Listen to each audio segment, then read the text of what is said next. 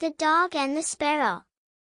A shepherd's dog had a master who took no care of him, but often let him suffer the greatest hunger. At last he could bear it no longer, so he took to his heels, and off he ran in a very sad and sorrowful mood. On the road he met a sparrow that said to him, "Why are you so sad, my friend?"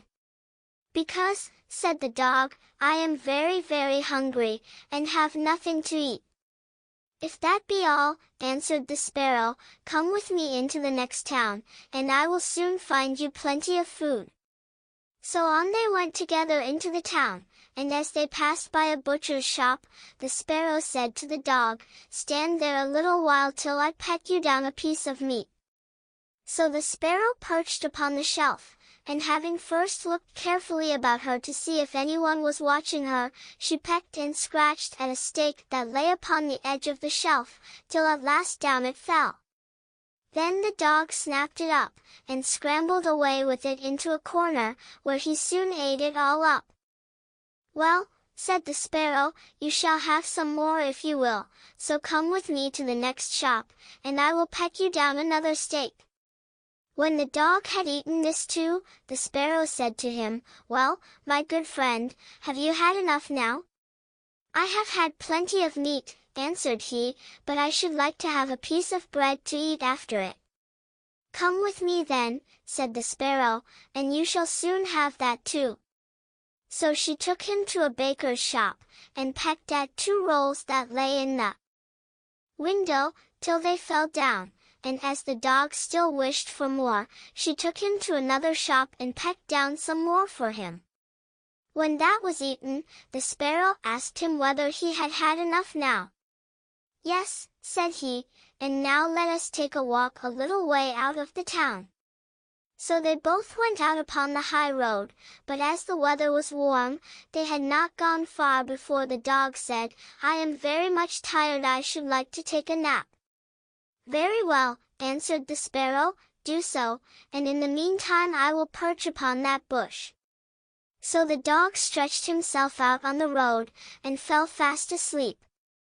Whilst he slept, there came by a carter with a cart drawn by 3 horses, and loaded with 2 casks of wine. The sparrow, seeing that the carter did not turn out of the way, but would go on in the track in which the dog lay, so as to drive over him, called out, "Stop! Stop, Mr. Carter, or it shall be the worse for you." But the carter, grumbling to himself, "You make it the worse for me, indeed. What can you do?" cracked his whip, and drove his cart over the poor dog, so that the wheels crushed him to death. "There," cried the sparrow, "thou cruel villain, thou hast killed my friend the dog. Now mind what I say. This deed of thine shall cost thee all thou art worth." "Do your worst, and welcome," said the brute, "what harm can you do me?" and passed on. But the sparrow crept under the tilt of the cart, and pecked at the bung of one of the casks till she loosened it, and then all the wine ran out, without the carter seeing it. At last he looked round, and saw that the cart was dripping, and the cask quite empty. "What an unlucky wretch I am!" cried he. "Not wretch enough yet," said the sparrow, as she alighted upon the head of one of the horses, and pecked at him till he reared up and kicked. When the carter saw this, he drew out his hatchet and aimed a blow at the sparrow, meaning to kill her, but she flew away, and the blow fell upon the poor horse's head with such force, that he fell down dead. "Unlucky wretch that I am!" cried he. "Not wretch enough yet," said the sparrow. And as the carter went on with the other 2 horses, she again crept under the tilt of the cart, and pecked out the bung of the second cask, so that all the wine ran out. When the carter saw this, he again cried out, "Miserable wretch that I am!" But the sparrow answered, "Not wretch enough yet," and perched on the head of the second horse, and pecked at him too. The carter ran up and struck at her again with his hatchet, but away she flew, and the blow fell upon the second horse and killed him on the spot. "Unlucky wretch that I am," said he. "Not rich enough yet," said the sparrow, and perching upon the third horse, she began to peck him too. The carter was mad with fury, and without looking about him, or caring what he was about, struck again at the sparrow, but killed his third horse as he done the other two. "Alas! Miserable wretch that I am," cried he. "Not wretch enough yet," answered the sparrow as she flew away, "now will I plague and punish thee at thy own house." The carter was forced at last to leave his cart behind him, and to go home overflowing with rage and vexation. "Alas," said he to his wife, "what ill luck has befallen me, my wine is all spilt, and my horses all three dead." "Alas, husband," replied she, "and a wicked bird has come into the house, and has brought with her all the birds in the world, I am sure, and they have fallen upon our corn in the loft, and are eating it up at such a rate." Away ran the husband upstairs, and saw thousands of birds sitting upon the floor eating up his corn, with the sparrow in the midst of them. "Unlucky wretch that I am," cried the carter, for he saw that the corn was almost all gone. "Not wretch enough yet," said the sparrow, "thy cruelty shall cost thee thy life yet," and away she flew.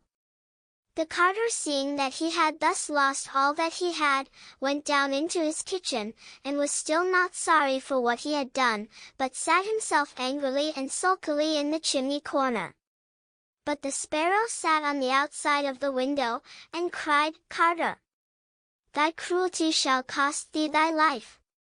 With that he jumped up in a rage, seized his hatchet, and threw it at the sparrow, but it missed her, and only broke the window.